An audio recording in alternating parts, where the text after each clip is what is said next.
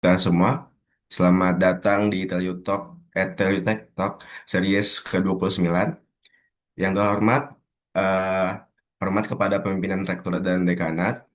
Yang terhormat kepada Ketua Program Studi Magister Sistem Informasi dari Universitas Telkom Bandung, yaitu Bapak Associate Profesor Muhammad Lubis, BIT MIT, MM PhD IT. Dan yang kami hormati narasumber pada sore hari ini, yaitu Bapak Dr. Antonius Wahyu Sudrajat, Eskom NTI, Kaprodi S2 Sistem Informasi Universitas Multidata Palembang, yang akan membawakan materi tentang isu dalam bisnis intelijen.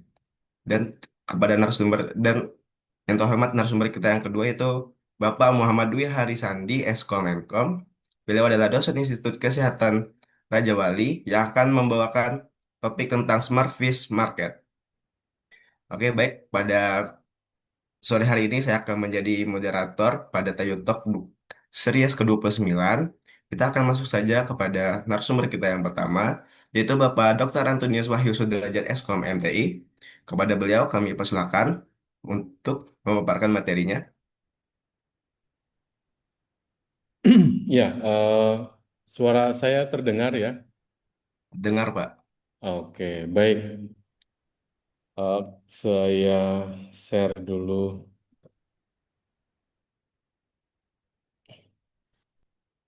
Apakah materi saya terlihat? Terlihat, Pak. Baik. Assalamualaikum warahmatullahi wabarakatuh. Selamat sore, salam sejahtera dan Om Swastiastu, Namo Buddhaya. Teman-teman, kalau saya lihat beberapa teman-teman ini sebetulnya sudah tidak asing lagi ya karena kemarin juga ikut di eh, join kelas di metodologi penelitian. Eh, Beberapa minggu yang lalu saya memang dikontak oleh Pak Asosiat Profesor Bapak Muharman eh, untuk mengisi materi di Tell You Tech Talk ya. Ini eh, pasti bicara tentang teknologi kan, bicara tentang teknologi. Nah, kemarin yang diberikan ke saya Pak Muharman tanya Pak Wahyu konsennya di mana? Nah, kebetulan konsen saya adalah di riset saya waktu itu di S3, saya ngambil di bisnis intelijen. Kemudian Pak Muharman ya sudah bicara tentang isu bisnis intelijen. Ya, tetapi artinya saya di sini bukan maksud menggurui, saya masih juga belajar. Ya, kita diskusi yang ringan saja. Ya, mudah-mudahan ini bisa sedikit dimengerti dan nulit bagi kita semuanya tentang apa itu bisnis intelijen. Nah, eh, sekali lagi saya mengucapkan terima kasih kepada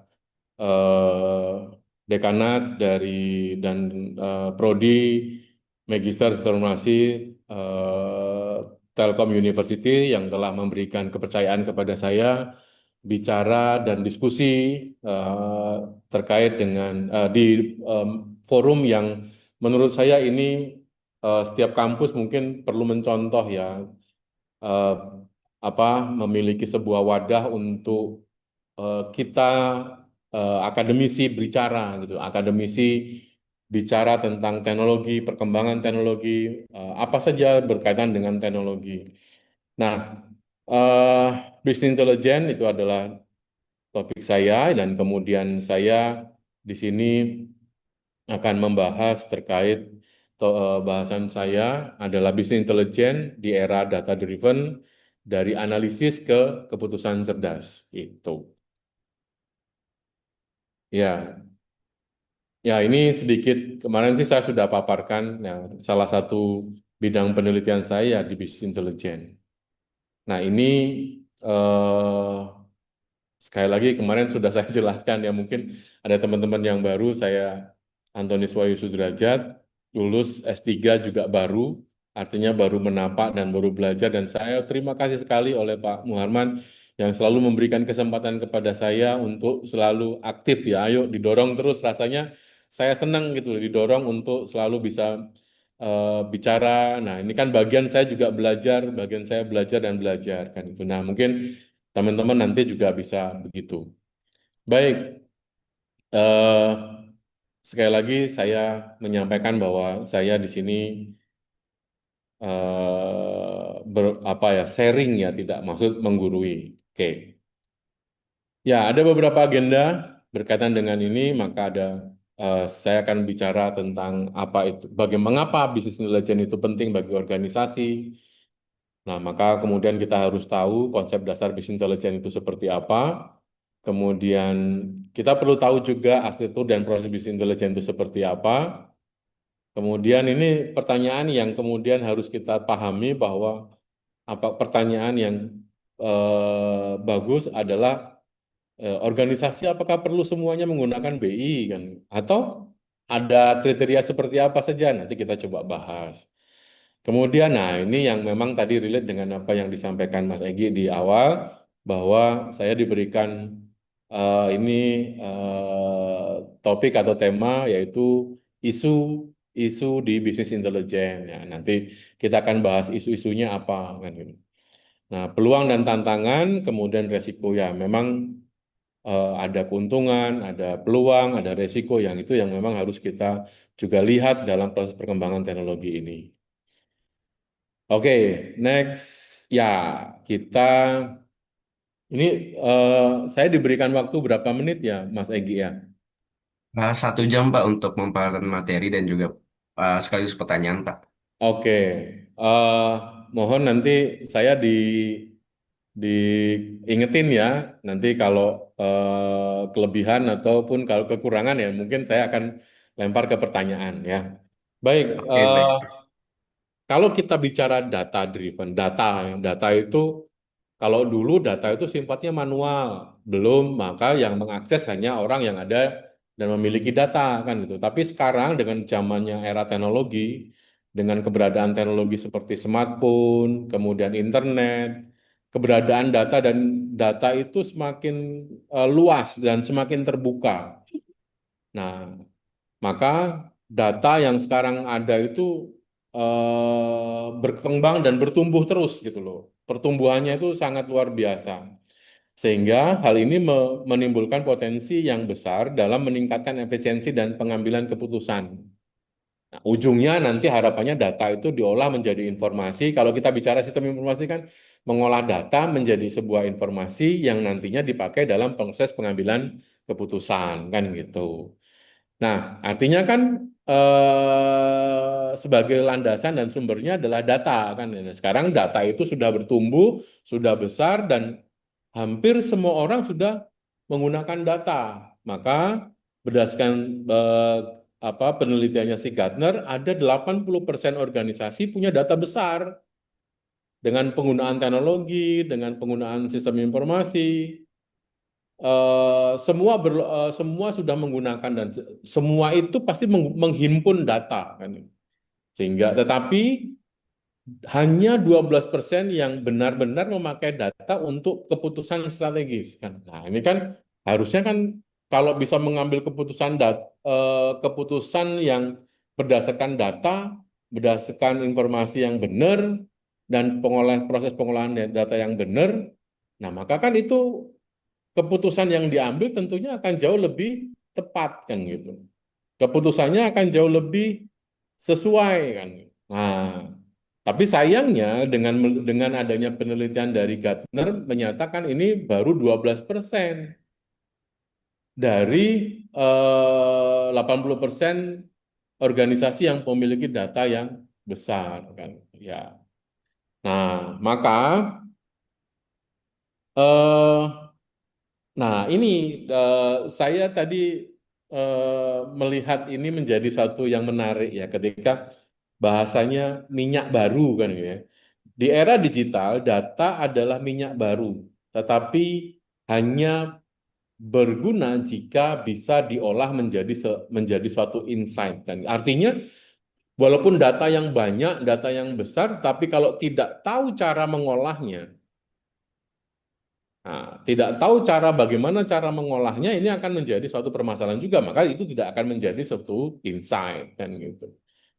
Sementara harusnya data itu diolah, baru dia punya insight dan itu baru punya value bagi pengambil keputusannya.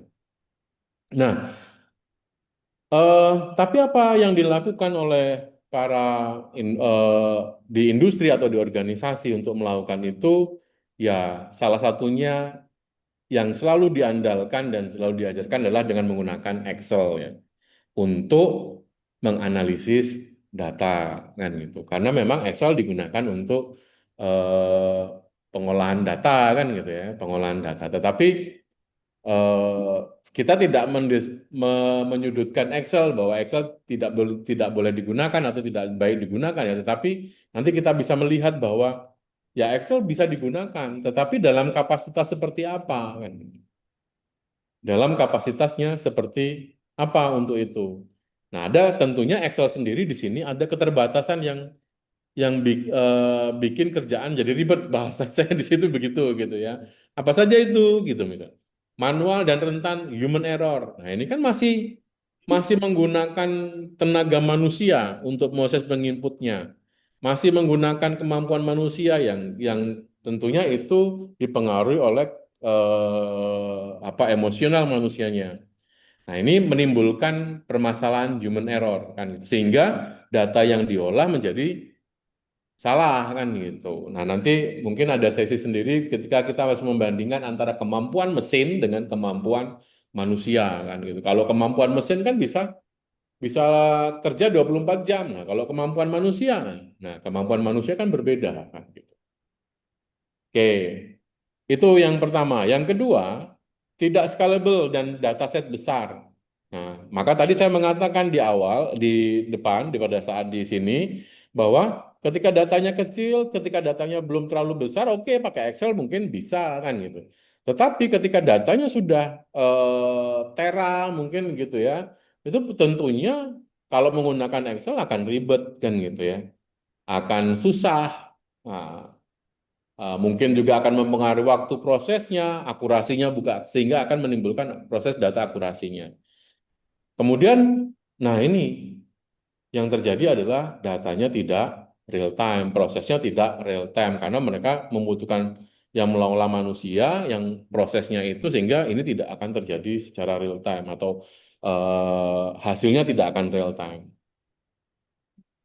Nah, ini yang berikutnya adalah sulit kolaborasi dan integrasi.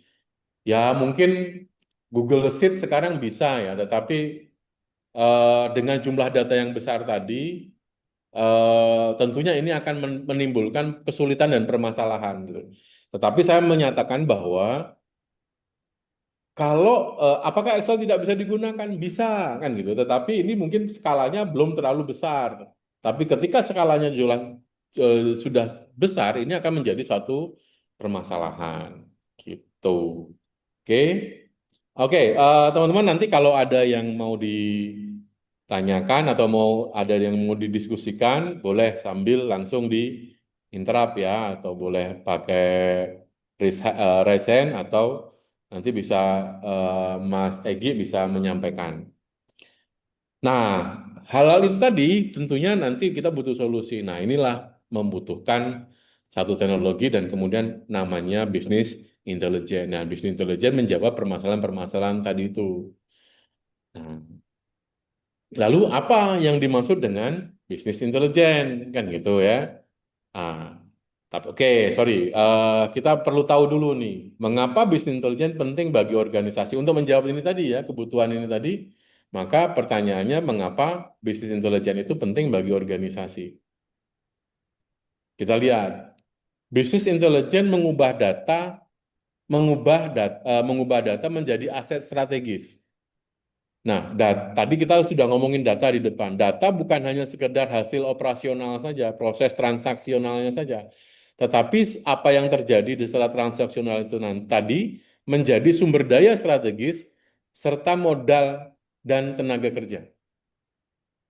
Ini modal dasarnya adalah itu. Tapi ya tadi tuh mengubah data menjadi suatu aset itu butuh proses kan gitu.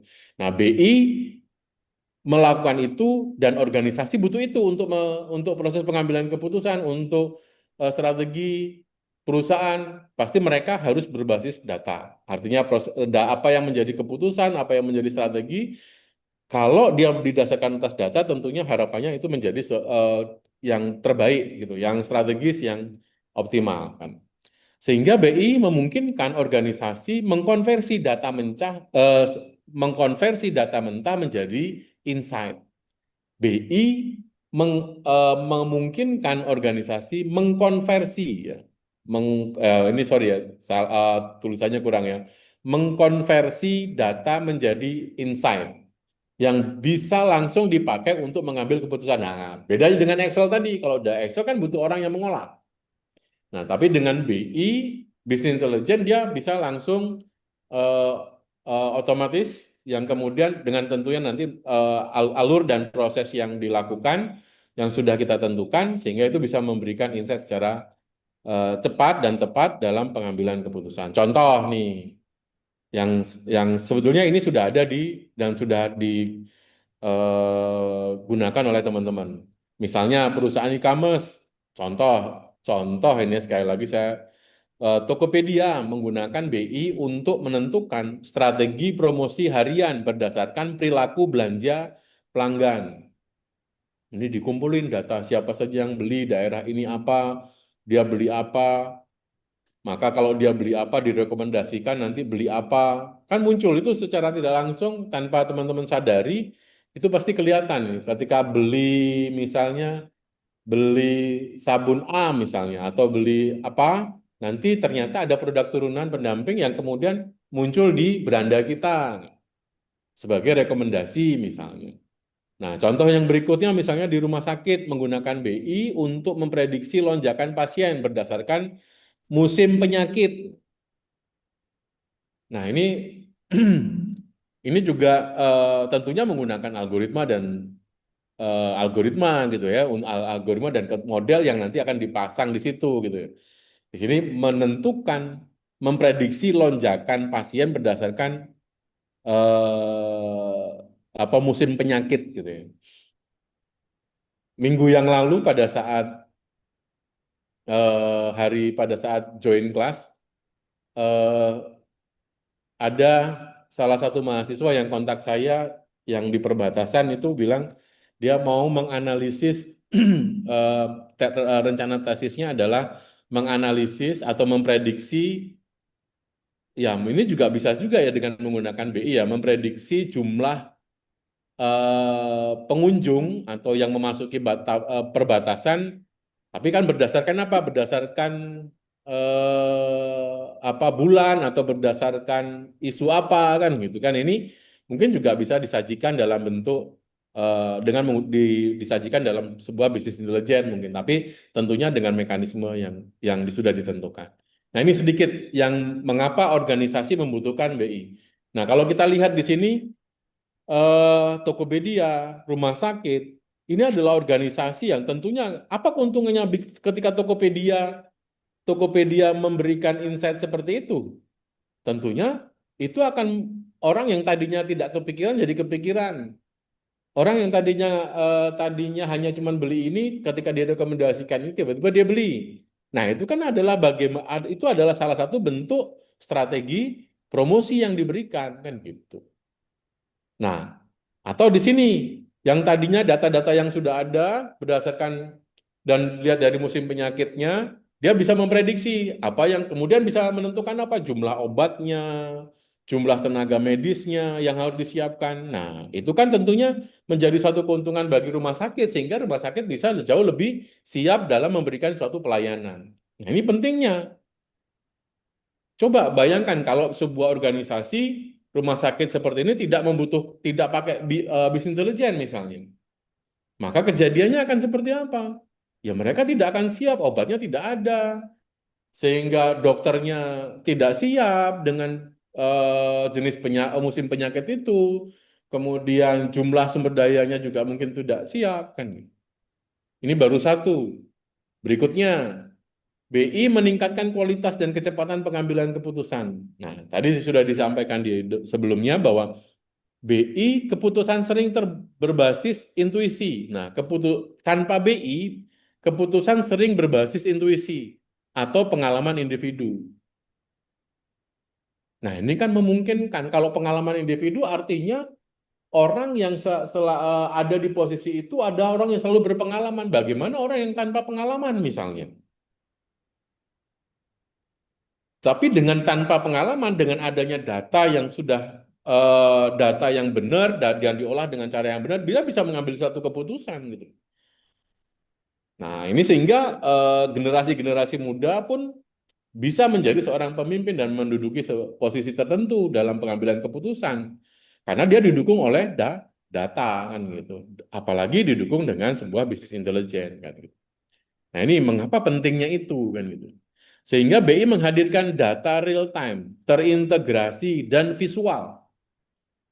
Nah, sehingga memungkinkan manajemen mengambil keputusan yang cepat berbasis bukti, evidence based making. Nah, contoh, contoh Telkom University di dalam Telkom Indonesia menggunakan dashboard BI untuk memantau performa layanan pelanggan setiap jamnya sehingga bisa melakukan penyesuaian strategi lebih cepat gitu. Ini contohnya. Nah, kalau tidak didukung dengan data, hanya didukung dengan intuisi, nah, dan pengalaman, tentunya itu menjadi satu permasalahan. Oke, sampai di sini ada yang mau ditanyakan? Belum? Ya, ini sih mungkin kalau di posisi tertentu melihat ini perkembangan, maka kalau kita lihat bahwa teknologi bagaimana jurusan Magister Informasi adalah bagaimana kita memahami kebutuhan dan permasalahan bisnis dan kita juga harus memahami perkembangan dan eh, perkembangan dan pertumbuhan teknologi. Jadi sehingga kita bisa memberikan solusi. Nah, orang-orang sistem informasi itu seperti itu gitu. Oke, lanjut. Berikutnya, BI membantu efisiensi dan optimasi organisasi. Nah, BI mendeteksi pemborosan. Artinya kalau kita lihat tadi kan ngomongin ngomongin selalu masa depan ini ya. Misalnya pengambilan keputusan dengan itu real time data, kemudian mengkonversi data mentah sehingga ketepatan dalam sumber daya strategi. Nah, tapi di sini juga BI mendeteksi pemborosan, inefisiensi dan anomali dalam proses bisnis. Contoh, misalnya Alfamart menggunakan BI untuk menganalisis stok rantai pasokan hasilnya sehingga penghematan biaya distribusi hingga 15%. Nah, BI juga mendukung predictive maintenance untuk industri manufaktur untuk mencegah kerusakan mesin. Artinya proses kerjanya juga dari apa namanya berdasarkan data yang ada untuk menentukan hal-hal yang terjadi di internalnya. Misalnya ada nggak terjadi pemborosan, ada nggak terjadi inefisiensi dari prosesnya itu. Artinya bukan hanya sekedar bicara secara future-nya. Berikutnya, bahwa BI mendukung pemahaman pelanggan dan inovasi produk. BI memungkinkan organisasi memahami perilaku pelanggan secara mendalam, di mana insight dari BI digunakan untuk personalisasi. Nah, ini personalisasi layanan dan inovasi produk baru. Nah, personalisasi layanan ini contohnya apa? Contohnya yang dilakukan oleh Netflix menggunakan BI yang dikombine. Nah, ini sudah sebetulnya isu yang nanti akan dibahas sebetulnya BI sudah dikaitkan dengan berbagai macam bidang atau ranah yang lainnya. Salah satunya contohnya adalah AI. Untuk menganalisis tontonan pengguna dan memberikan rekomendasi film yang relevan. Misal nih, tontonan saya dengan tontonannya Mas Egi, nah, rekomendasi rekomendasi dari Netflix beda. Mas Egi nonton langganan Netflix nggak nih? Sorry ya, kita cuman ini aja. Nggak langganan sih Pak. Aku biasa kalau nonton diajak kita teman ke bioskop Pak. Ya, oke. Tapi kan kalau di ini contoh ya, misalnya kalau sudah langganan, tentunya langganan itu di akunnya itu, kemudian kan dia direkomendasikannya apa? Kan berbeda. Antara rekomendasi yang di Netflix ke saya dengan Mas Egi pasti berbeda gitu. Kalau itu memang berlangganan, ya syaratnya harus berlangganan. Maka harus menggunakan kan dari mana datanya bisa memberikan rekomendasi kalau tidak berlangganan dan itu kan gitu. Oke, contoh yang lain misalnya. Bank digital menggunakan BI untuk mendeteksi pola pinjaman mikro yang beresiko tinggi.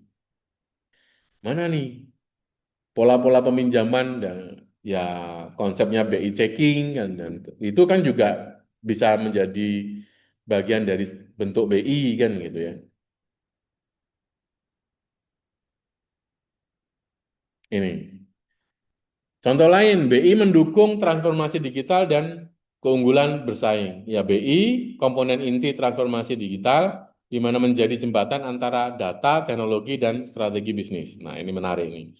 Di mana organisasi yang data driven terbukti lebih adaptif terhadap perubahan pasar, inflasi, dan krisis global. Dia lebih siap karena dia prediksinya lebih tepat, kemudian future-nya dia juga sudah melihat kan gitu.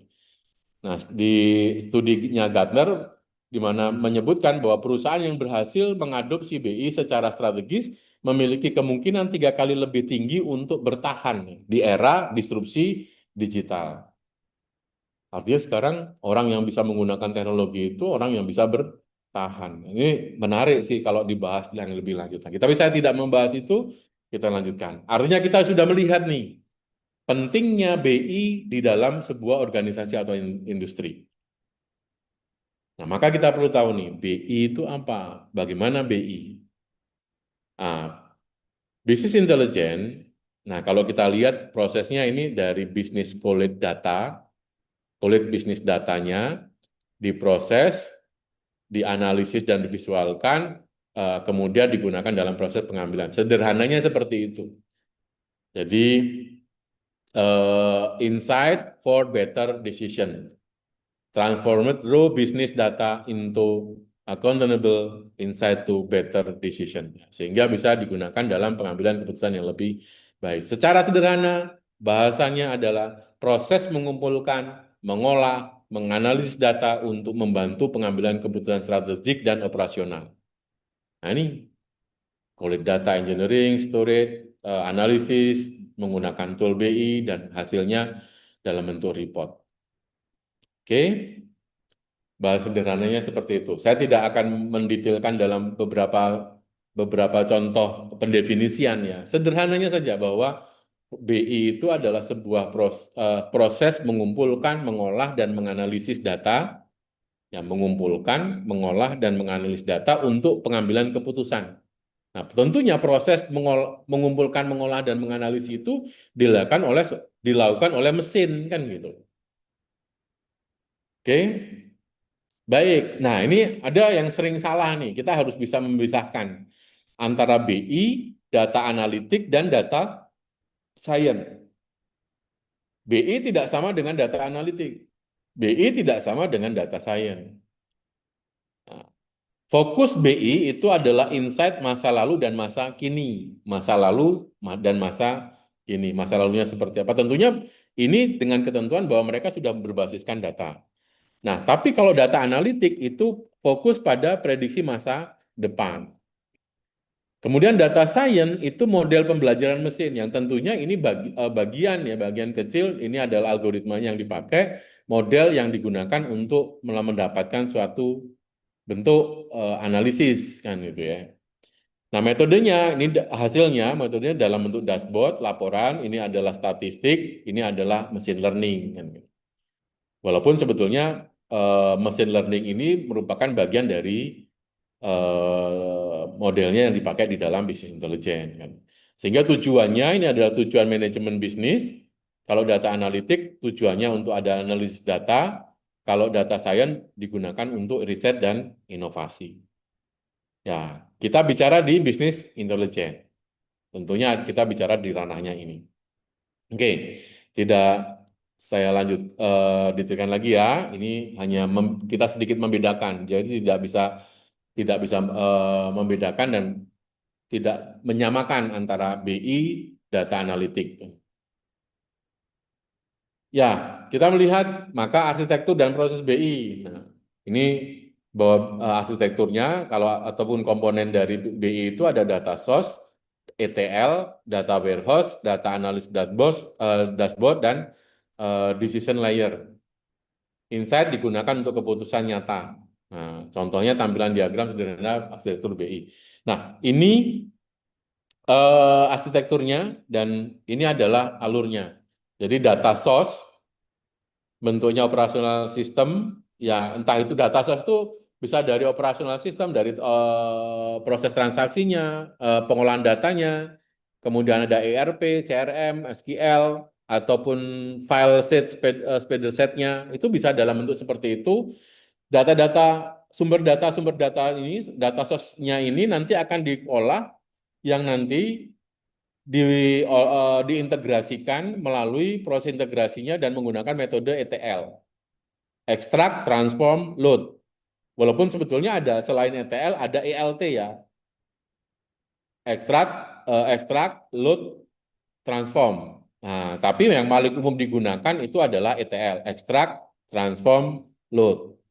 Apa saja yang dilakukan? Nah, ini diantaranya data validation, mixing, data transforming, data aggregating, kemudian data loading. Ini proses yang dilakukan, proses-proses yang dilakukan di dalam ETL itu adalah seperti ini. Dengan berbagai macam metode. Nah, kebetulan waktu saya disertasi saya itu saya tidak membahas secara keseluruhan tentang business intelligence. Saya baru masuk di dalam salah satu layer yaitu di data integrasinya di sini. Di mana data integrasi saya melihat yang paling banyak digunakan adalah proses menggunakan ETL dan saya melihat celah bahwa data integrasi ini adalah sumber masuknya data. Jadi kalau data yang masuk itu tidak berkualitas, tentunya proses pengambilan datanya tidak berkualitas. Maka langkah-langkah ini harus dilakukan dan saya mencoba mengatasi permasalahan di dalam data integrasi ini khususnya dalam proses ETL itu adalah missing value. Nah, saya melihat missing value di sini waktu itu. Nah, saya mengatasi missing value kalau dengan cara-cara tradisional missing value ya ada berbagai macam cara. Dihapus ya selesai kan gitu. Atau menggunakan metode statistik, menggunakan average, nilai rata-rata untuk mengisi data yang nol tadi. Untuk mengisi data yang nol saya gunakan apa namanya nilai rata-rata. Tetapi tentunya ketepatan dalam mengisi data itu menjadi satu nilai penting kan itu. Maka saya menggunakan konsepnya deep learning, metode deep learning yaitu GAIN untuk mengisi data gitu loh dari data yang kosong sehingga karena saya berasumsi data yang hilang itu jangan dihapus kalau dihapus nanti dia akan me, ya waktu itu studi kasus saya adalah data UMKM. Nah, kalau data UMKM dihapus artinya data UMKM itu tidak punya kesempatan dimasukkan dalam proses pengambilan keputusan. Misalnya dalam pemberian kredit. Nah, berarti dia tidak dimasukkan.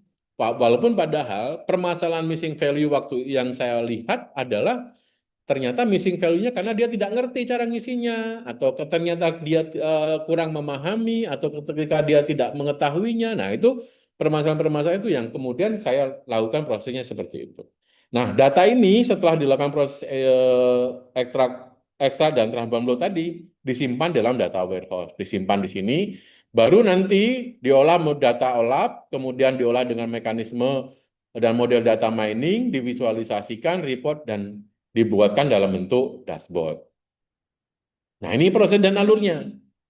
Tentunya ini pasti berbeda dengan mengolah data yang dilakukan dengan menggunakan apa namanya Excel tadi. Nah, pasti akan berbeda. Oke, kelihatan ya.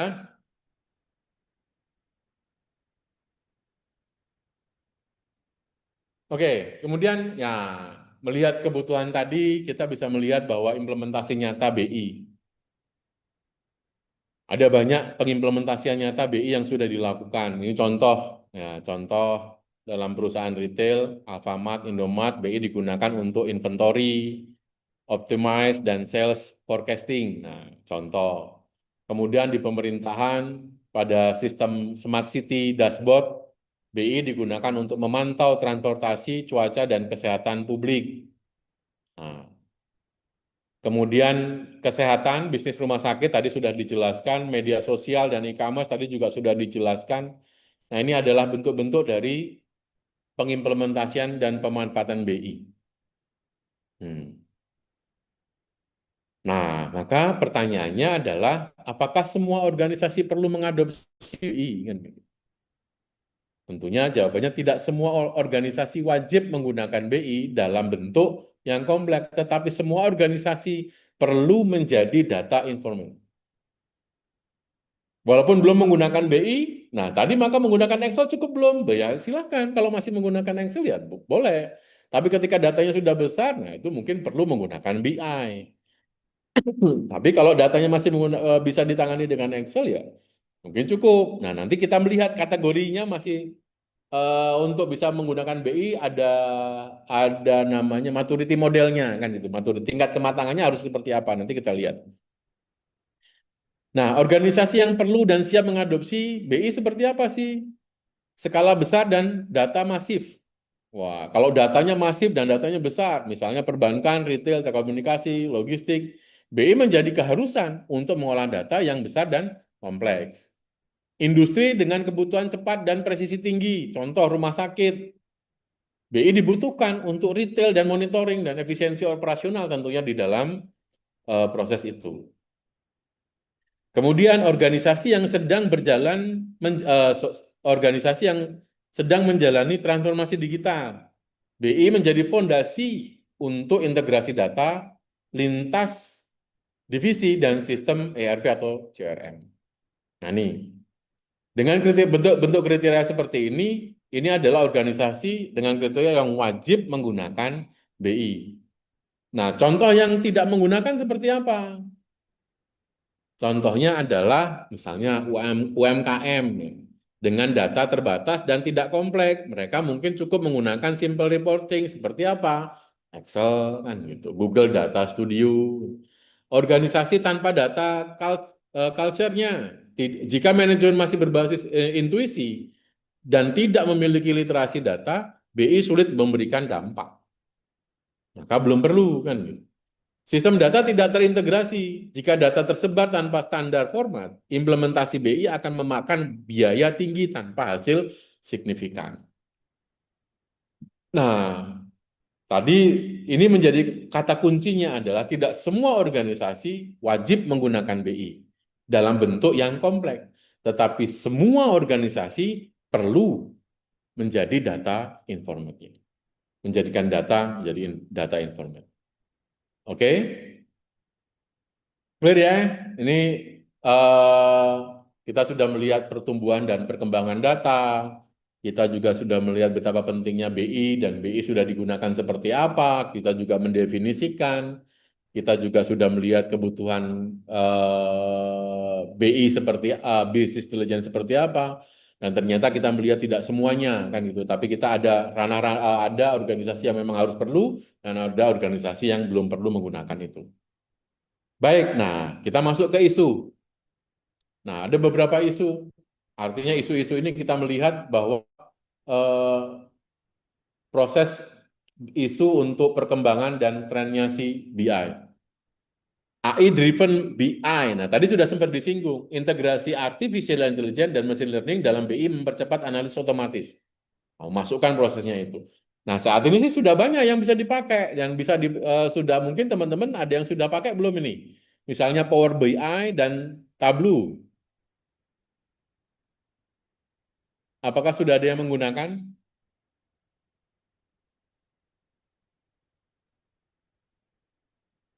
Halo, halo.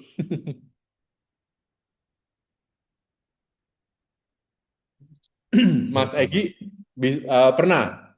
Sudah pernah pakai? salah satunya. Jujur belum pernah sih Pak. Kalau misalnya ngolah data, saya selalu pakai AI Pak.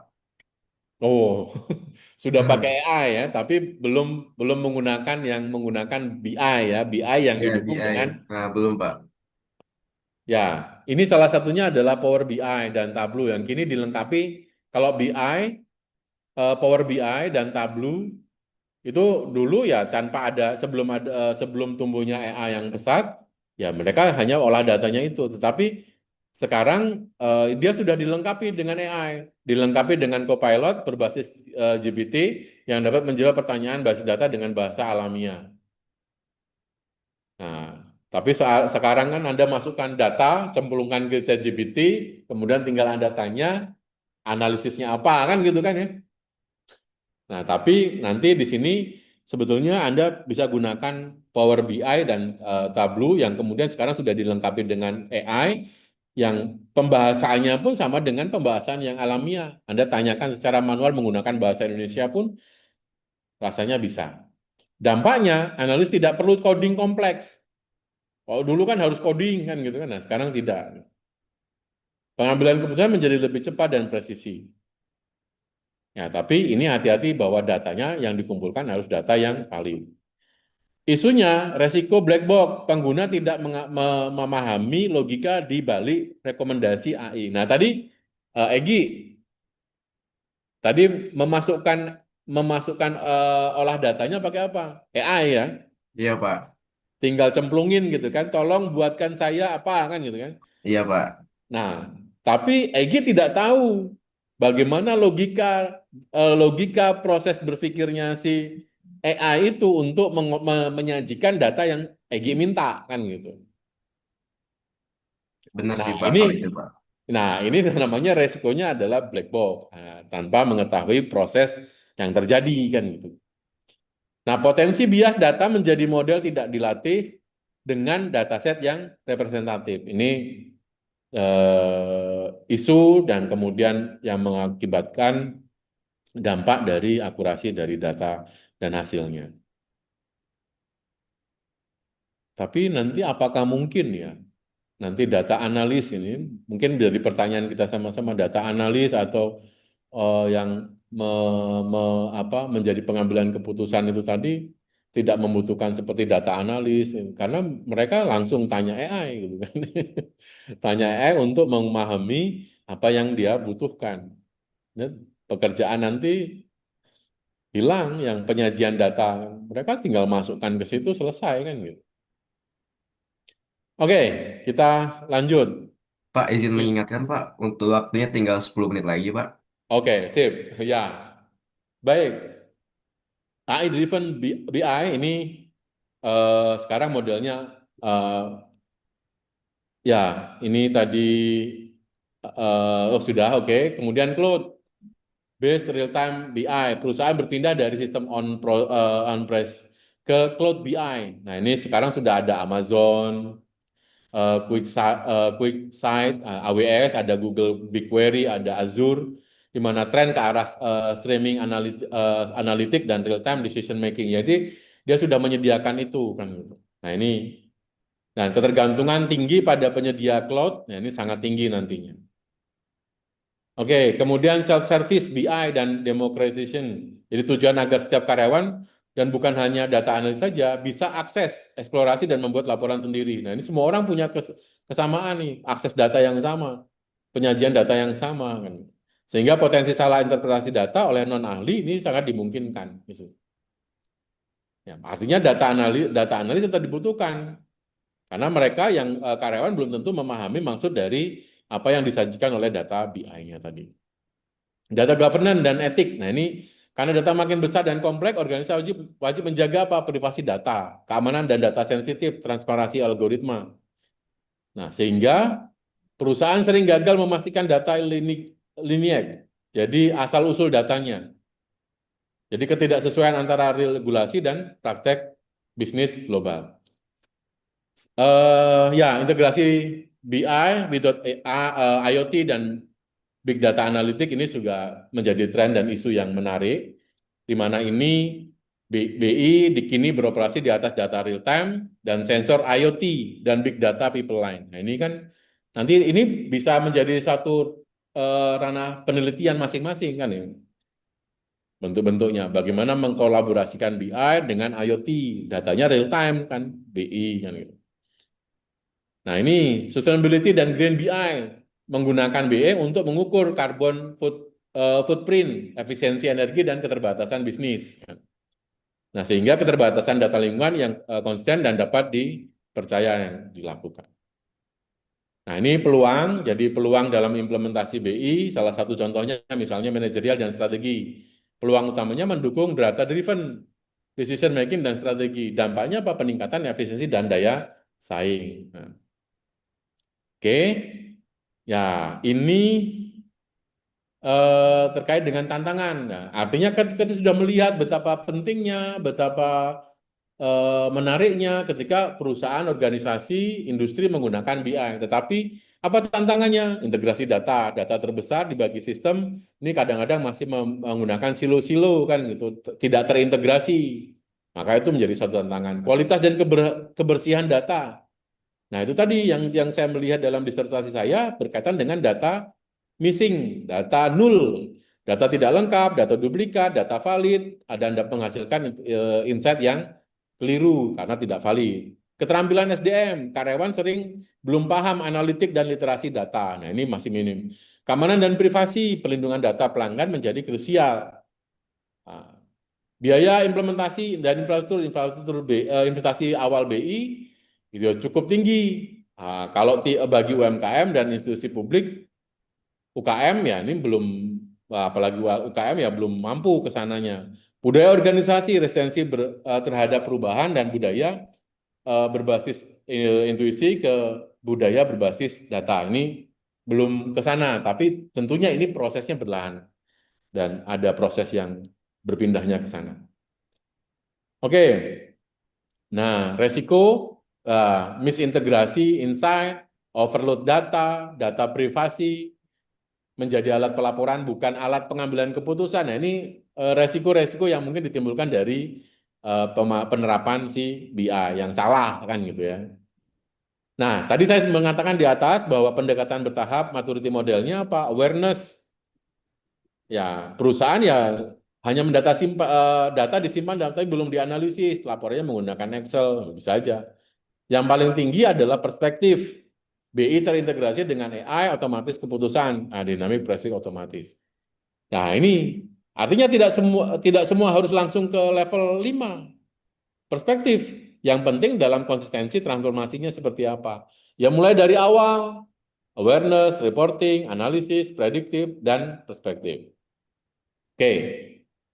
Nah, resikonya jika organisasi yang sudah mampu tapi tidak mau mengadopsi BI apa? Keputusannya lambat, tidak akurat, kehilangan data, kehilangan daya saing bisa terjadi, kesulitan memantau performa dan KPI bisa terjadi, tidak bisa memprediksi perubahan pasar. Nah, ini kan sehingga keterlambatan dalam pengambilan keputusan, ketergantungan pada industri individu bukan bukti yang objektif. Nah, ini resiko ketika organisasi yang sudah mapan tapi tidak mau sudah siap menggunakan BI tapi belum menggunakan BI.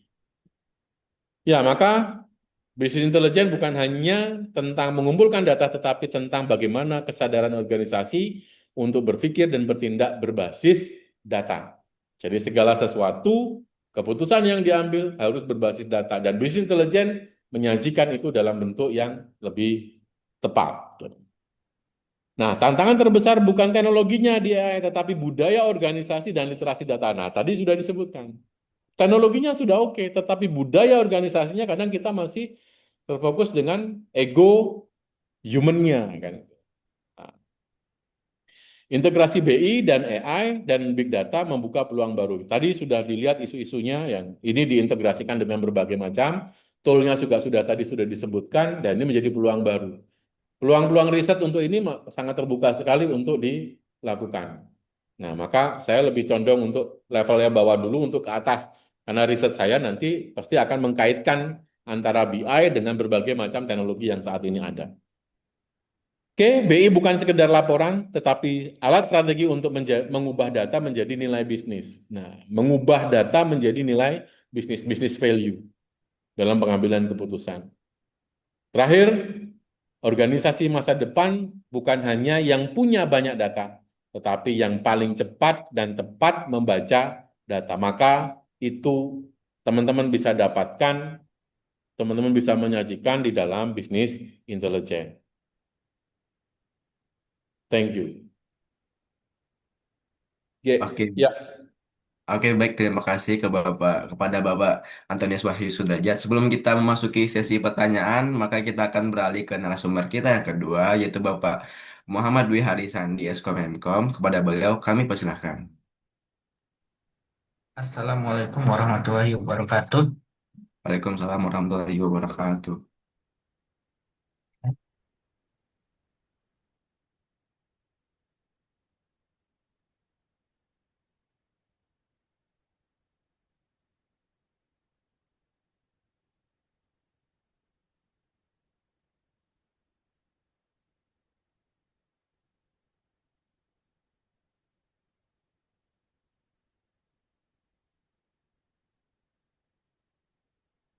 Apa sudah terlihat materi saya?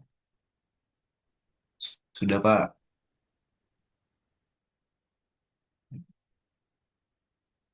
Ya. Eh, Terima kasih ya atas ini waktu dan tempatnya. Hari ini saya akan membawa materi ya tentang Smart Fish Market. Nah, kebetulan ini juga merupakan tesis saya ya sewaktu S2 dulu, waktu S2 dulu. Dan juga ini lagi ini ya pengajuan proposal hibah juga untuk kategori ekonomi digital ya di Bestari Saintek. Eh, Mungkin langsung aja ya mempersingkat waktu juga. Jadi latar belakang ini, latar belakang penelitian ini sebenarnya berasal dari jurnal saya juga ya, jurnal saya sekaligus tesis. Kemudian ada beberapa juga untuk conceptual review ya, karena menggunakan RSM, ya, Representation Approach, yang juga merupakan model yang diciptakan Pak Muharman Lubis ya, Pak Muharman Lubis. Eh, jadi di sini bisa kita lihat ya, juga pernah diaplikasikan juga di kampung saya aplikasinya. Nah itu ada foto pembudidaya ikan di sana dalam penggunaan aplikasi yang udah saya bikin, yaitu Koperasi Ikan Digital. Nah, untuk latar belakangnya itu bisa kita ini ya. eh, jadi sebenarnya Indonesia itu merupakan salah satu negara maritim ya, dengan luas laut yang 5,8 juta kilometer persegi ya, dengan jumlah pulau 17.504 dan garis pantai 95.000 kilometer ya, panjang kedua di dunia, yang memiliki beraneka jenis ragam ikan. Kemudian di perairan lautannya itu berdasarkan kajian yang didapat, potensi sumber daya ikan nasional itu mencapai 65 juta ton ya per tahunnya, dengan rincian perikanan tangkapnya sebesar 7,4 ton per tahun dan budidayanya sebesar 57,6. Eh, jadi ikan itu merupakan salah satu bahan makanan yang memiliki protein yang tinggi dibandingkan protein hewani lainnya ya, dengan hasil budidaya yang limpah, dan juga kan adalah salah satu dari sekian banyak protein hewani yang memiliki konsumsi protein terbesar di Indonesia sebesar 13,59% dari 25,79 total konsumsi protein hewani. Nah, di sini mengikuti ini ya tentang agropolitan di Indonesia, yaitu pasal 1 ayat 20 UU nomor 26 tahun 2007 tentang penataan ruang, yaitu kawasan agropolitan adalah kawasan yang mempunyai kegiatan utama pertanian, termasuk pengelolaan sumber daya alam, dan jasa yang mendukungnya yang berfungsi sebagai ini ya pusat pertumbuhan wilayah di pedesaan. Nah, jadi sektor pertanian itu bisa kita kategorikan dapat diandalkan dalam pemulihan perekonomian nasional ya. Jadi berbagai hal yang dapat dilakukan itu sebenarnya dapat mengembangkan pertanian sejak saat ini, apalagi kalau kita lihat ya, eh, ya saya lihat di kampung saya sih banyak yang teman-teman seumuran saya mungkin atau teman-teman di sini juga kebanyakan tuh lebih banyak mindsetnya itu eh, kerja kantoran itu udah aman gitu. Padahal sebenarnya dalam ini ya pertanian ya cukup bagus sih untuk modal kita gimana ya aset untuk depannya juga gitu. Tapi entah kenapa sekarang banyak yang anak-anak muda sekarang ya agak mulai meninggalkan pertanian ya kalau saya lihat. Nah, jadi kesejahteraan ini ya jadi tentang kesejahteraan ya kesejahteraan petani dan keluarganya. Nah, tujuan utama yang harus menjadi prioritas dalam semua kegiatan yang berhubungan dengan pertanian salah satu pilar ekonomi negara juga sebenarnya. Eh, maka sektor pertanian khususnya yang ada di daerah-daerah yang memiliki potensi unggul untuk pertanian diharapkan dapat meningkatkan pendapatan daerah, terutama dari penduduk pedesaan ya, seperti yang di kampung saya itu yang saya terapkan tadi, yang masih di bawah garis kemiskinan. Dan untuk itu sebenarnya berbagai investasi dan kebijakan telah dilakukan pemerintah juga sebenarnya untuk mendorong pertumbuhan sektor pertanian. eh jadi pertanian ini memiliki ini ya berbagai macam artian. Kalau dalam arti sempit itu sebenarnya dinamakan pertanian rakyat ya. Tapi kalau dalam pertanian arti luas itu meliputi kehutanan, peternakan, dan perikanan. Seperti yang disebutkan oleh Sutiono ya dan kawan-kawannya. Jadi pengembangan perikanan budidaya itu dapat dilakukan dengan pengembangan kawasan untuk komoditas unggul yang saya bilang tadi. Kawasan unggulannya itu merupakan kawasan yang ditetapkan sebagai penggerak perekonomian atau bisa kita sebut eh, apa namanya prime mover yang memiliki kriteria sebagai eh, kawasan kawasan ini ya eh,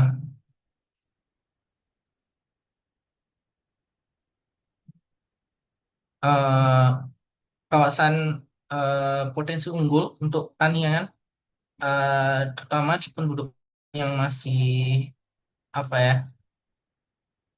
yang cepat dalam pertumbuhan kayak mempunyai apa namanya eh, pertumbuhan di suatu daerah gitu kayak kawasannya unggulan karena diharapkan dapat meningkatkan pertumbuhan di suatu daerah. Jadi kawasan-kawasan berkembang lah.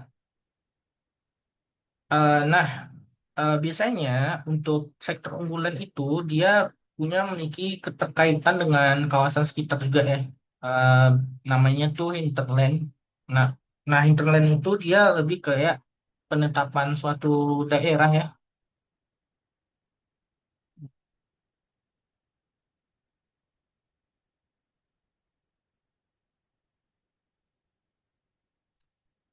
Baik tumbuhan ini ya, penetapan suatu daerah jadi kawasan unggulan.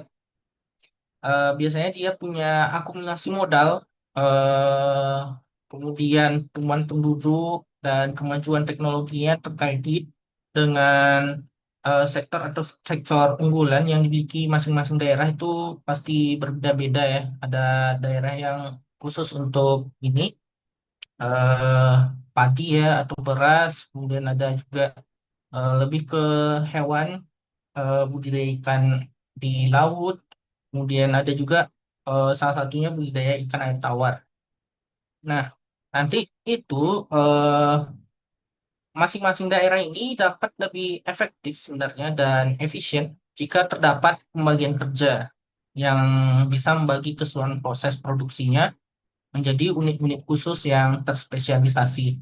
Cuman sayangnya di Indonesia itu masih kurang disorot ya, masih kurang disorot. Walaupun kita udah punya konsep, ada namanya konsep koperasi ya, koperasi. Nah di sini eh, di penelitian saya itu eh, konsepnya itu kita akan membuat suatu koperasi ikan digital ya, koperasi ikan digital.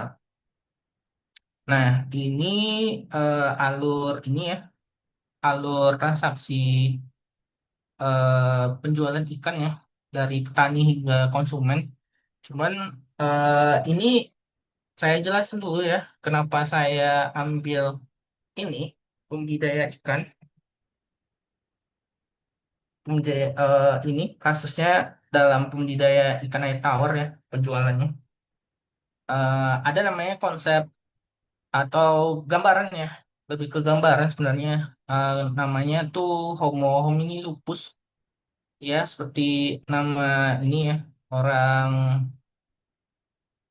orang purba, Homo homini lupus ya. Eh, ini namanya eh, sebenarnya gambaran sih, gambaran dari em, Thomas Hobbes tentang keserakahan manusia dalam perebutan sumber daya untuk kepentingannya sendiri gitu. Jadi dalam kehidupan perekonomian yang liberal ini yang menjunjung tinggi kebebasan dalam berusaha, kemudian eh, dalam paradigma liberal juga seperti menggiring pada konsep pasar bebas ya, di mana hanya pihak yang kuat biasanya yang menangkan persaingan usaha. Jadi kondisi seperti ini tentunya akan mengakibatkan eh, semakin lebar gaya gap antara kaya dan miskin dalam tatanan kehidupan masyarakat. Nah, jadi meskipun manusia juga dapat digambarkan sebagai Homo homini lupus ya, atau Homo homini socius juga, di mana manusia adalah kawan atau rekan bagi sesama. Cuman dalam gambaran keserakahan manusia itu dalam distribusikan kekayaan alam ini tercermin dalam bentuk komersialisasi. Nah, biasanya itu di pertanian ya, di pertanian yang mengakibatkan terjadi kesenjangan sosial sekaligus memunculkan hubungan patron klien antara petani dengan tengkulak biasanya. Sebagaimana relasi tengkulak dan petani ini diawali dari perbedaan ya antara si kaya dan si miskin yang melakukan hubungan pertukaran barang dan jasa. Jadi sebenarnya bisa teman lihat ya di alur yang udah saya buat ini, alur transaksinya. Sebenarnya pengepul ini dia kebanyakan masih bisa dibilang sebagai petani, cuman dia petani besar lah ya, yang kaya gitu. Sedangkan petani biasa itu sering kita lihat ya petani kecil lah, yang masih kecil dan tidak terlalu punya banyak modal ya. Jadi biasanya itu dalam melakukan pertukaran barang maupun jasa ya, barang atau bisa kita bilang di sini ikan ya, ikan. Petani itu tidak punya kuasa dia. Terkadang dia juga ini bisa coret-coret ya. Eh, jadi dia tidak punya kuasa. Jadi terkadang dia itu bisa berhutang, berhutang pada tengkulak ya, pada tengkulak. Pengepul ini bisa tengkulak ya, tengkulak. eh Dia paksa berhutang kadang dalam memenuhi kebutuhan produksi pertaniannya. Jadi ini alur transaksi ya. Jadi terkadang petani ini saat dia menjual barangnya dia atau ikannya itu bisa saja harganya itu jauh dari harga pasar. Nah, kebanyakan seperti itu. Dari pengepulnya ya, dari pengepulnya harganya tidak sesuai ya dengan harga pasar. Nah, biasanya harga pasarnya itu berada di kategori ini, di sekitar ini. Nah, ini harga pasar, misalnya jual. Jadi em, apa ya? eh, Kadang dia untuk memenuhi kebutuhan produksinya itu seakan-akan petani ini terikat ya pada tengkulak dalam menjual hasil produksinya. Makanya kadang dia pengumpul ini dia bisa membeli ikan petani jauh lebih murah dari harga pasar. Dan juga demikian dalam hal harga jual produksi ya. Eh, jadi fenomena patron klien ini hampir di seluruh aktivitas produksi pangan sebenarnya. Baik di pertanian, kemudian perikanan, bisa ini ya, nelayan ya. Nelayan juga bukan hanya eh, pembudidaya ikan air tawar ya. Jadi aktivitas perikanan ini atau budidaya ikan juga tidak terlepas adanya relasi patron klien yang mengingat tani rata-rata tergolong sebagai pihak yang kekayaannya terbatas ya dan memerlukan bantuan dari pengepul biasanya untuk memenuhi kebutuhannya. Dengan demikian, dan demikian di sini penelitian ini saya mau bikin ini ya operasi ikan digital dalam bentuk aplikasi yang tujuannya itu bisa sebagai kapabilitas lah untuk integrasi dengan berbagai pengguna nantinya yang bertransaksi dengan baik sebagai alternatif untuk kegiatan penjualan ikan yang adil. Cuman masalahnya kan dalam penelitian ini itu saat penerapannya itu bisa aja jadi blue ocean ya. Nah, sedangkan ini kita punya banyak alur ya dari petani, pengepul, kemudian adanya juga pedagang besar nantinya dijual dari pengepul dan pihak restoran baru pengecer ya atau pedagang kecil dari pedagang besar juga ini ya ada lagi ke industri olahan ikan bisa juga dari pengecer jual beli ke pedagang besar ya, baru sampai ke konsumen. Nah, jadi dengan banyaknya tahap-tahap ini, harga ikan itu biasanya bisa jadi lebih mahal sampai tangan ke konsumen ya. Sampai ke tangan konsumen itu harganya bisa mahal ya.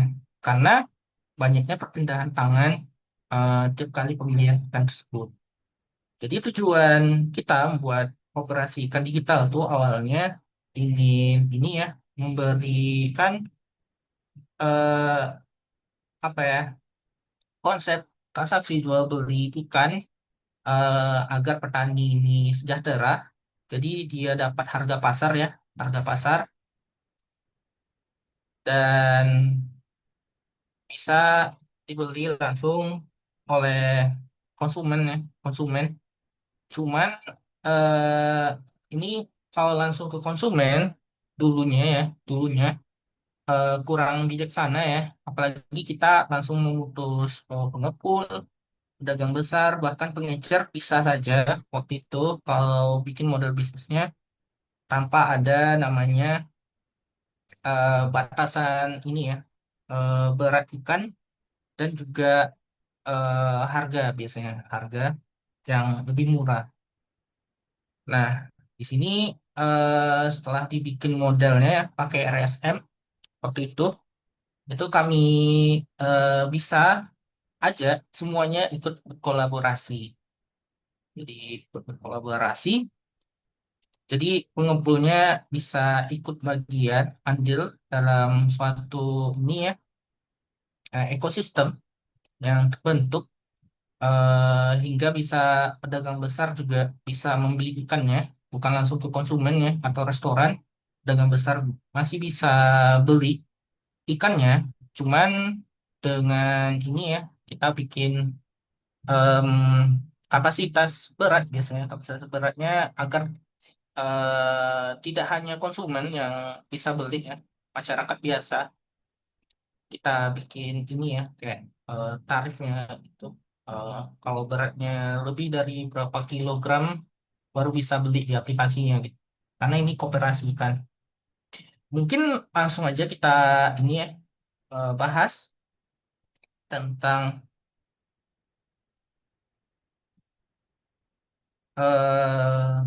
nah ini untuk awalannya ya.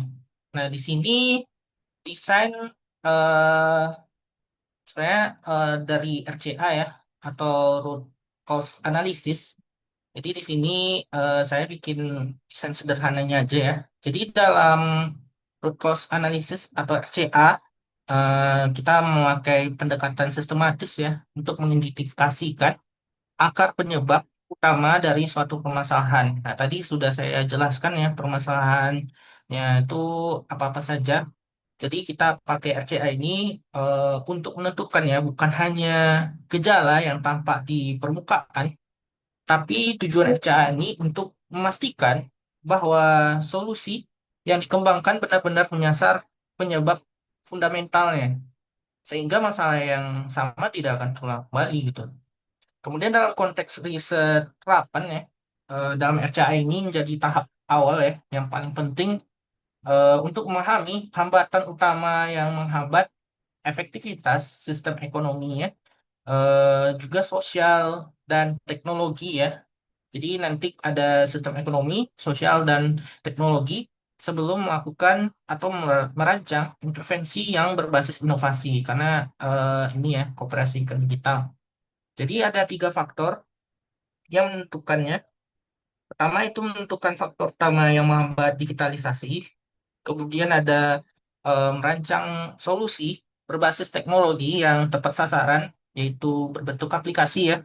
Baru nanti menyusun strategi pelatihan ya dan kolaborasi yang sesuai dengan kebutuhan masyarakat. Jadi ada namanya di FinLab ya. Di FinLab itu kita melakukan kolaborasi dengan budidaya ikan yang seperti saya bilang tadi, tengkulaknya nggak kita rangkul, jadi nggak blue ocean, kita rangkul semuanya, masyarakat, tengkulak, dan pasar induk dan semacamnya. Nah di sini kita bisa lihat di desain itu ada permasalahan utama itu lebih ke rantai distribusi yang tidak efisien. Eh, Sini ada metode, mesin atau teknologi ya, manajemen, material, lingkungan, dan manusia. Dimulai dari metode itu tidak ada SOP ya, digitalisasi koperasi itu belum ada. Kemudian belum adanya aplikasi yang integratif. Sebenarnya ada banyak kan kayak Jala, Eviseri, tapi untuk integratif atau maksudnya itu lebih ke sebagai kooperasinya gitu, yang betul-betul wadah itu belum ada. Kemudian kebijakan koperasi belum mendukung digitalisasi ya, masih ini manual.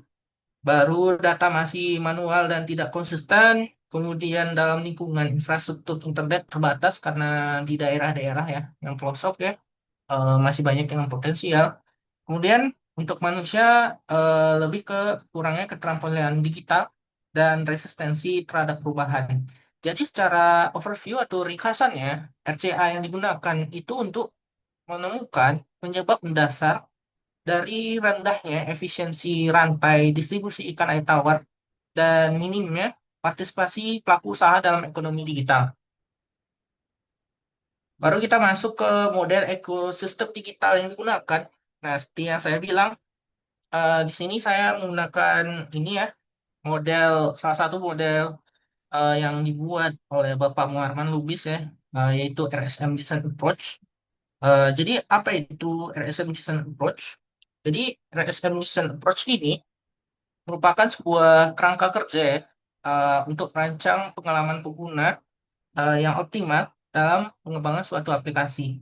Nah, RSM ini dia memiliki langkah-langkah lebih terperinci dalam penerapan ya, dalam penerapannya itu sekaligus memandu dalam proses pengembangan aplikasinya, mulai dari memahami konteksnya sampai penggunaan hingga evaluasi desain akhir. Nah, ini contoh model RSM pertama kali dibuatnya. Jadi dia punya 3 tahapan, yaitu recognize, scrutinize, dan materialize.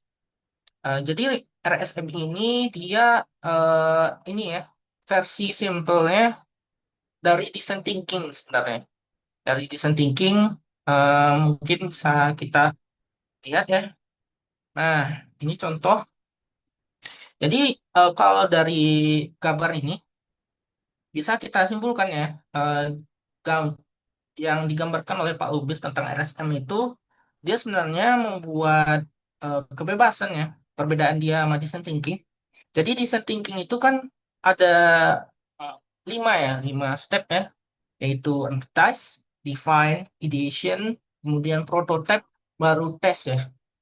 Nah, dia membuat suatu tahapan agar lebih mudah, hanya punya 3 step aja, 3 langkah yang bisa kemungkinan besarnya, bukan kemungkinan besar, bahkan bisa kita modifikasi ya berdasarkan 3 tahapan yang telah dia buat.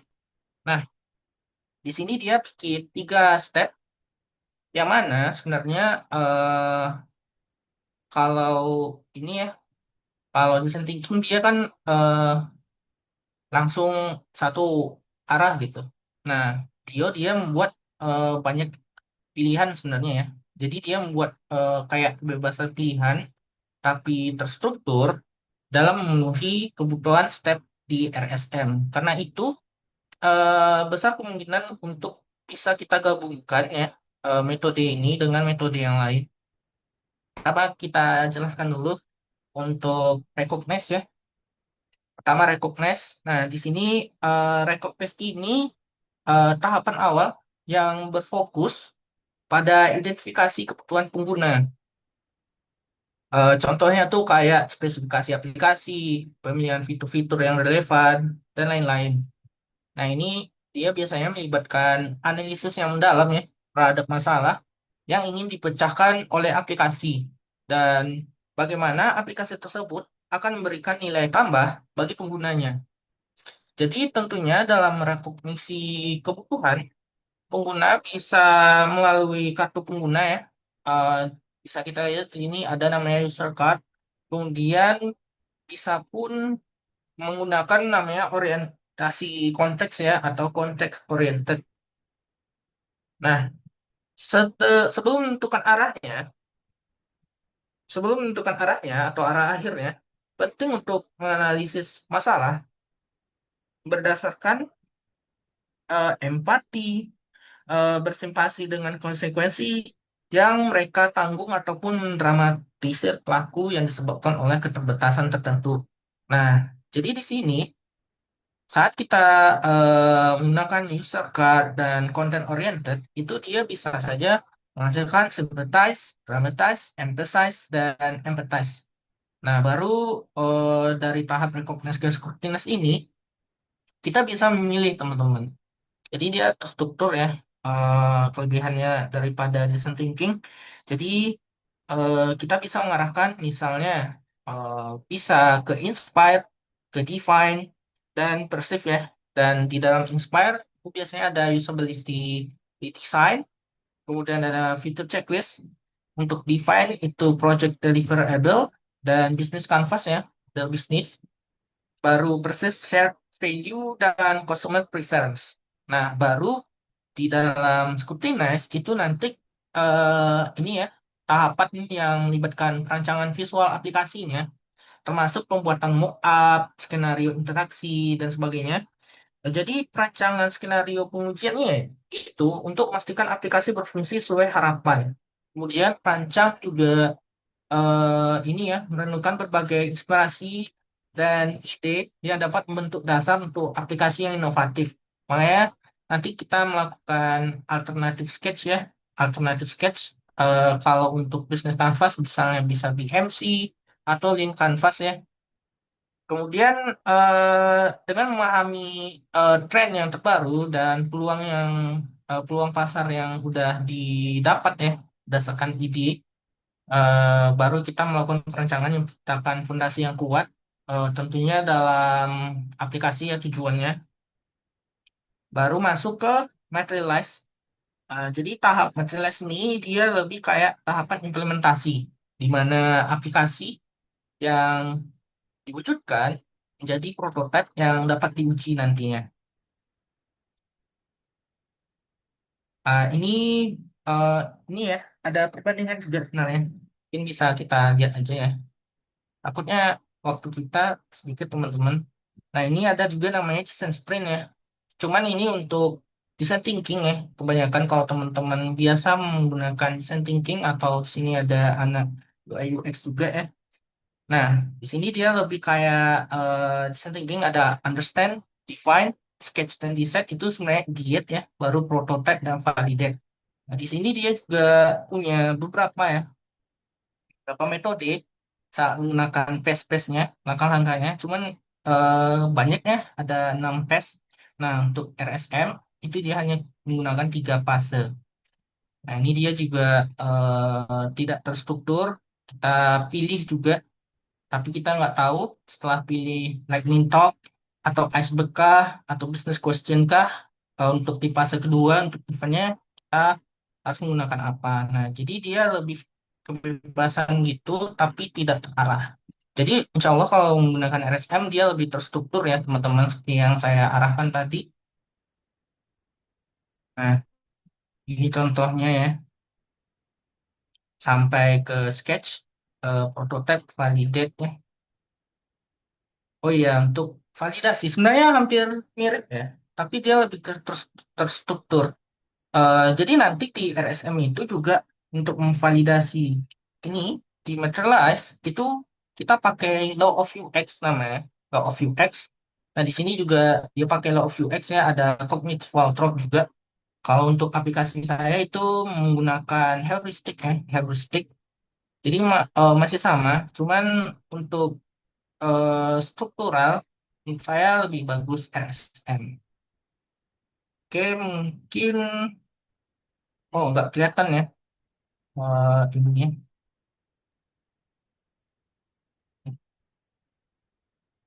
Nanti saya ini ya. Oh ya, teman-teman bisa cari ya Google ya di Sanskrit. Eh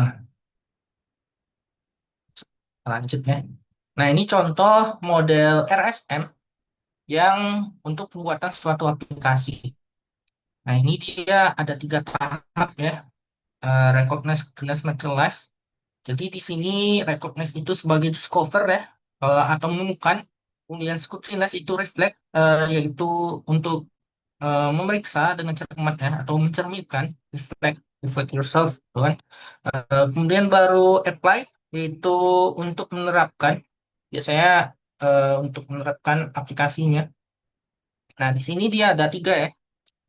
Dimulai dari biasanya dari usage perspektif dulu menuju ke experience match. Nah, di sini dalam melakukan recognize itu dia ada namanya experience map dan user story ya tadi. Nah, nanti dia menghasilkan desirability, kemudian lanjut ke ini scrutinize ke materialize itu eh, nanti ada namanya value proposition atau ini ya banyak sih bisa BMC, bisa di Canvas di situ nanti dihasilkan di situ ya. Dan biasanya value proposition dengan problem skenario nanti menghasilkan business viability. Baru nanti dari scrutinize ke materialize itu ada usage perspektif dan interface maturity yang mana menghasilkan teknologi feasibility. Jadi bisa dilihat ya, tiap fasenya juga punya ini ya. Jadi untuk recognize itu eh, menemukan di mana sebagian besar pengguna menggunakan aplikasi ya sebagai rutinitas harian mereka. Makanya tadi bisa kita menggunakan ini ya user card atau empathy map atau customer journey. bisa untuk menemukan hal penting apa bagi pengguna agar aplikasi dapat mengatasi masalah mereka. Kemudian untuk scrutinize itu mencerminkan siapa yang paling berpengaruh dan mempunyai kekuasaan atas aplikasinya. Dan mencerminkan nilai yang dijanjikan ya untuk skenario pengguna yang dapat diatasi dengan menggunakan aplikasi yang dibangun. Nah, biasanya dalam scrutinize ini, setelah kita melakukan recognize, itu kan nanti kita mendapatkan ini ya, problem and solution. Nah, setelah itu kita kumpulkan solutionnya, solution-solution yang paling penting. Nah, biasanya itu dalam bentuk BMC ya, atau in canvas bisa juga untuk kita tahu nih siapa aja yang paling pengaruh, siapa aja yang menggunakan aplikasi, apa aja fitur yang dijanjikan dalam skenario masalah dan lain-lain. Baru di materialize atau apply ya. Nah, ini dia lebih kayak menerapkan perspektif penggunanya dalam kematangan antarmuka. Nah, nanti diuji ya ke kematangan antarmukanya, maturity interface, kemudian menerapkan beberapa alasan mengapa pengguna menyukai aplikasi pada fitur yang dikirimkan. Nah, biasanya kalau untuk heuristik kognitif juga kita bikin tabel ya, tabel pengujian secara heuristik untuk Izin law of UX. Pak Oh ya, Muhammad Dwi Hari, waktunya tinggal 5 menit lagi Bapak. oh ya. Oh mungkin kita langsung cepat ya. eh Jadi di penelitian saya itu selain menggunakan RSM, itu juga menggunakan Extreme Programming ya. Nah, Extreme Programming itu adalah suatu metode pengembangan perangkat lunak ya, yang dapat mengubah atau menambah kebutuhan sistem maupun alur kerja sistem selama pembangunan perangkat lunak yang berlangsung. Jadi pendekatan Extreme Programming itu biasanya dalam pengembangan perangkat lunak itu jauh lebih baik dan produktifnya dan cepat dibandingkan dengan metode pengembangan perangkat lunak lainnya. Kemudian eh, jadi saya ingin gabungan RSM dengan Extreme Programming ya. Nah, di sini kita bisa lihat apa saja kekurangan dan bagaimana RSM melengkapinya. Jadi XP ini atau Extreme Programming ya, dia lebih fokus pada aspek teknis dan efisiensi pengembangan perangkat lunak dibandingkan pengalaman pengguna. Karena itu saya menggunakan RSM untuk melengkapinya, yaitu karena RSM lebih fokus pada kebutuhan pengguna ya, yang tadi lebih ke front end-nya dibandingkan back end-nya untuk memastikan bahwa produk itu selaras dengan harapan pengguna. Jadi untuk validasi UI UX itu lebih ditekankan ke RSM ya, karena di XP itu banyak kekurangannya di dalam hal desain, karena dia cuma satu aja ya desain. Nah, untuk konsistensinya itu dia lebih cenderung fleksibel ya untuk ST programming, namun kadang kurang terstruktur dalam hal proses UX-nya yang berkelanjutan. Karena itu kita menggunakan RSM untuk melengkapinya ya. Nah, ini contoh RSM Extreme itu Extreme Programming yang saya gabung ya untuk dilengkapi oleh RSM. Jadi di sini ada tahap-tahap eh, ini kegiatan activity dalam Extreme Programming ya. Dimulai dari iteration planning, kemudian acceptance test. Nah, di dalamnya itu saya masukkan recognize, recognize di situ untuk melengkapi kegiatan iteration plan dan acceptance test. Baru setelah terpenuhi, dia masuk ke stand up meeting. Jadi di sini dia juga iterasi ya. Jadi dia beriterasi di sini bisa, baru bisa lanjut lagi, terus iterasi lagi, lanjut lagi, baru iterasi di sini dalam melakukan tahap materialize ya. Seperti itu konsepnya. Jadi saat melakukan stand up meeting dan pre-negotiation, itu kita melakukan scrutinize juga, baru masuk ke unit test dan programming, baru kita masuk tahap materialize ya, untuk memenuhi kekurangan-kekurangan yang ada di extreme programming.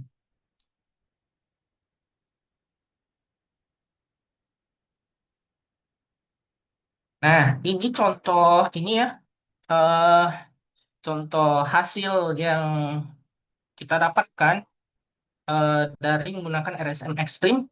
Nah, ini kita melakukan benchmark di aplikasi Efficient Refresh namanya, salah satu aplikasi platform penjualan ikan dari startup Efficient ya, yang memanfaatkan data prediksi panen, katanya di setiap kolam ikan yang terhubung langsung dengan pembeli akhir, katanya begitu kemarin. Cuman setelah kita melakukan ini benchmark, kita kan udah bikin tadi itu dalam tahap scrutinize ke materialize. Kita gunakan ini ya BMC. Kalau saya Lean Canvas ya, karena Lean Canvas dia lebih ke produk digital, sedangkan BMC itu hanya ini ya, bisnis model secara umum, jadi semuanya bisa pakai BMC. Cuman kalau kita karena produk digital, makanya saya menggunakan Lean Canvas. Jadi di sini banyak ini ya, perbedaan yang didapat dan kejanggalan ya. Jadi bisa terlihat dari aplikasi Efficient Refresh ya, yang hijau ini. Yang hijau ini dia lebih menampilkan daftar dan detail ya. Daftar dan detail lapak penyelidikan. Untuk daftar detail lapak penyelidikan, sebenarnya cukup gunakan aplikasi pembudidaya saja. Nah, ini kan dia banyak tuh. Ada petani satu, petani dua, petani tiga, sampai ke bawah ya, banyak lagi. Padahal untuk ini ya, untuk operasi biasanya untuk operasikan atau koordinasi, ini sebenarnya udah salah ya. Menurut ini, eh, kalau saya kan di Canvas tuh berdasarkan solution, key metric, dan unfair advantage, eh, untuk menjadi forum koordinasi penjualan ikan petani. Jadi tingkat kepuasan anggota terhadap pengelolaan harga dan penjualan serta sistem pengelolaan harga yang adil dan terkoordinasi ini udah kena dia. Makanya saya rubah, saya ganti aja dengan daftar jenis ikan dan detail pesanan ikan yang ingin dibeli pelanggan. Nah, ini diubah saja, bukan petani ya. Jadi satu cakupan aja langsung kategori ikan, kemudian pilih jenis ikannya apa, dan langsung melakukan orderan. Nah, itu kita udah dapat ya. Baru juga di setiap detail lapak pembudidaya itu, seperti pada aplikasi Efficiery, terdapat jumlah stok ikan yang tersedia ya. Nah, apabila stok ikan yang di setiap lapak tani ikan berbeda-beda, maka akan menyebabkan pelanggan bisa saja membeli lebih dari satu pesan ikan. Karena bisa saja tani lain dalam memenuhi kebutuhannya itu nggak bisa mencukupi gitu. Nah, itu bisa sesuai dengan unique value proposition, yaitu kolaborasi pengelolaan kebutuhan dan penjualan ikan itu bukan hanya sekedar mempertemukan pembeli dan budidaya ikan ya, namun sebagai wadah bagi pembudidaya ikan menjual ikan secara adil seperti yang saya jelaskan tadi ya.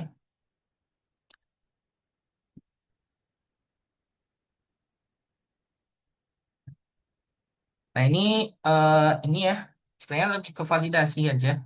Jadi Efficery sebenarnya belum bisa menjadi wadah koordinasi penjualan ikan ya sebagai anggota budidaya ikan yang belum memiliki peralatan ya dan armada angkut khusus juga ya, aneh juga sebenarnya kemarin.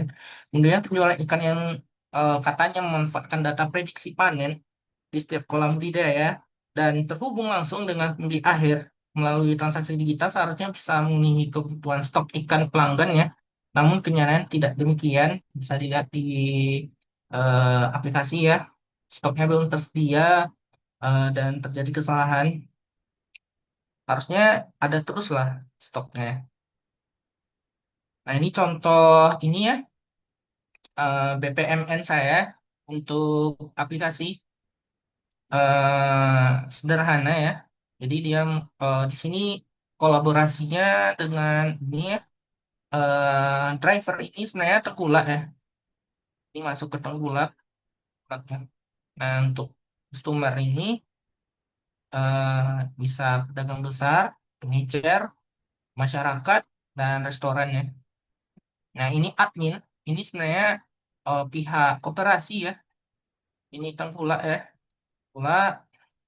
kita rangkul ya dia jadi driver ya karena dia punya mobil angkutan ikan yang biasanya digunakan oleh ini ya para pembudidaya ikan.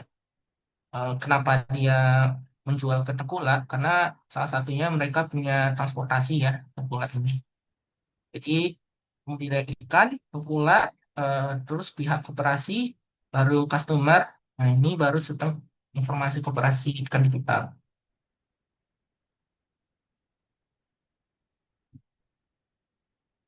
Oh iya, nah ini contoh salah satu contoh juga ya, contoh gabungan RSM saya ya.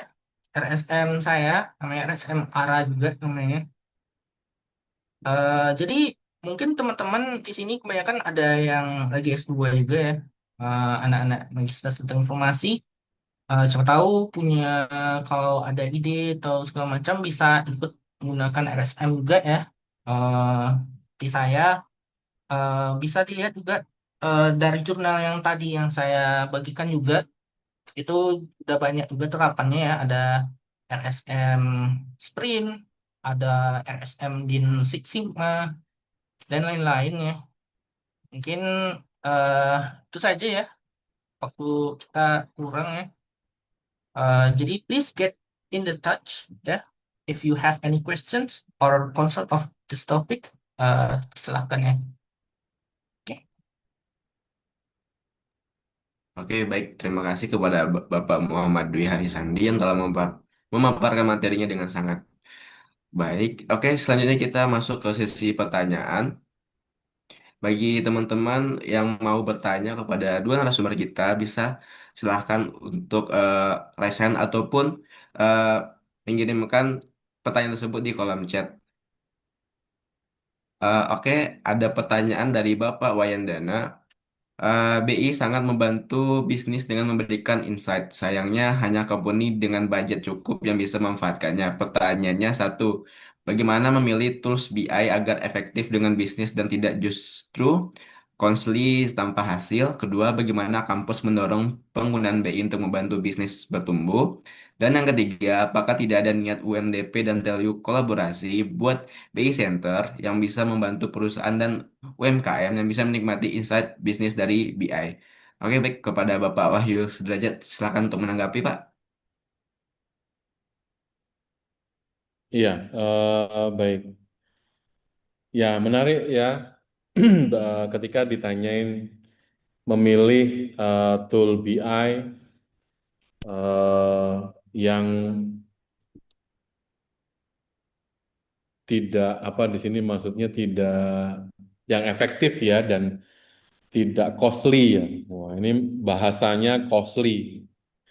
Ya, tentunya tadi ada berbagai macam tool yang bisa dipakai di berkaitan dengan bisnis intelijen. Untuk itu ya bisa dipilih yang mana yang sesuai. Kalau dikatakan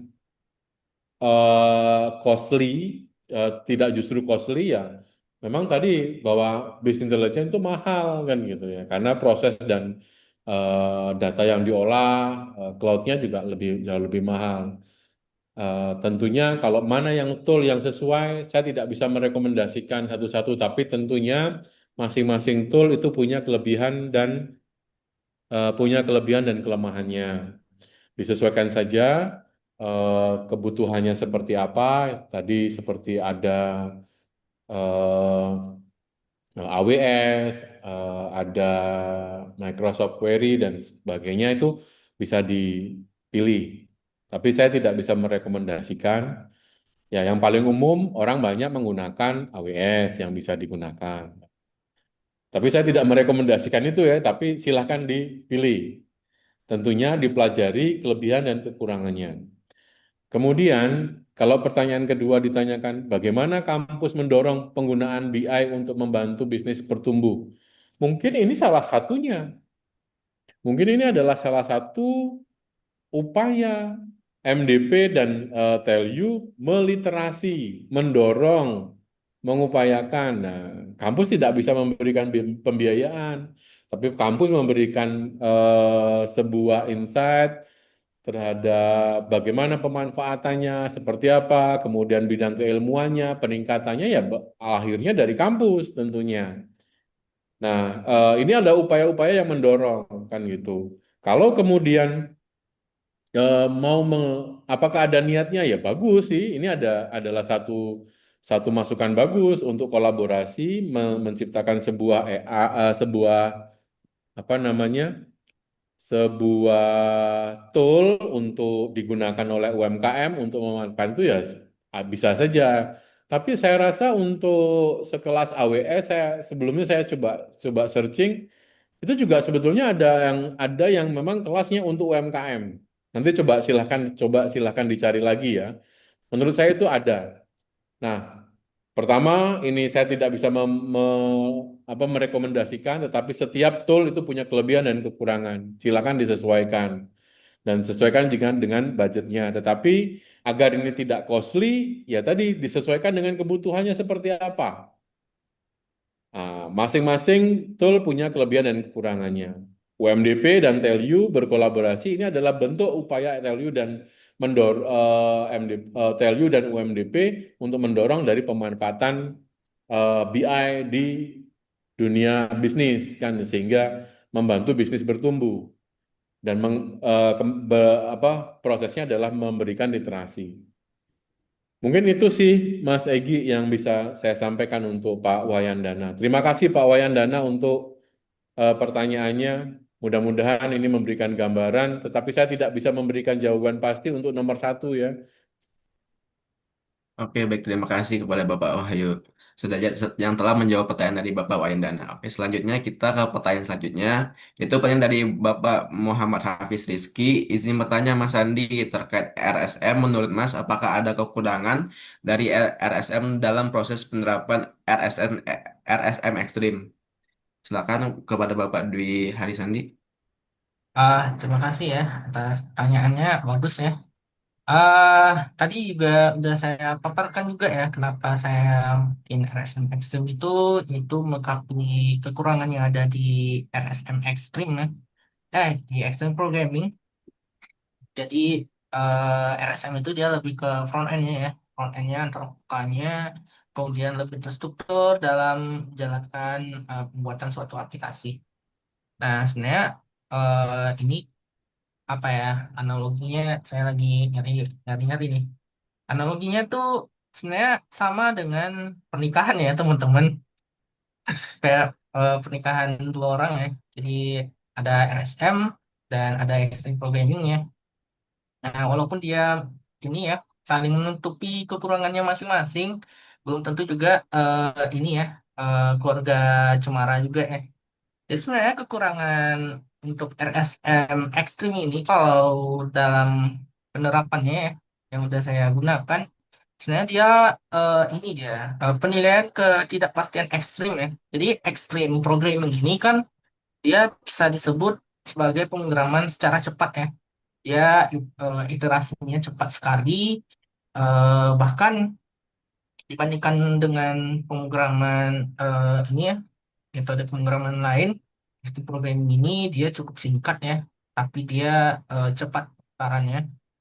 Nah, biasanya dalam kecepatan membuat suatu aplikasi, kadang kita kalau di aplikasi saya ya, nah ini juga udah diterapin, oh rupanya kita nggak harus bikin ini deh, aplikasi untuk adminnya itu Android. Nah, kemarin itu saya bikin untuk aplikasinya ada berapa ya? Ada pertama untuk umum, kemudian admin ya, operasi, kemudian driver itu tengkulak.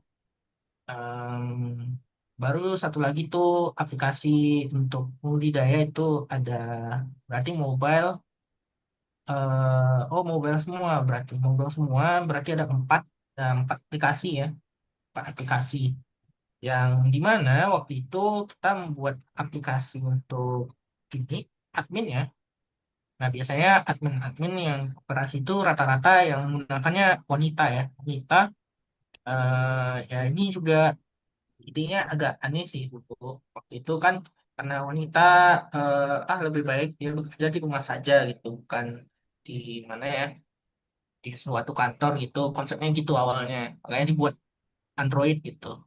Android aja. Jadi dia bisa bekerja sambil di rumah atau sedang mengurus anak dan semacamnya.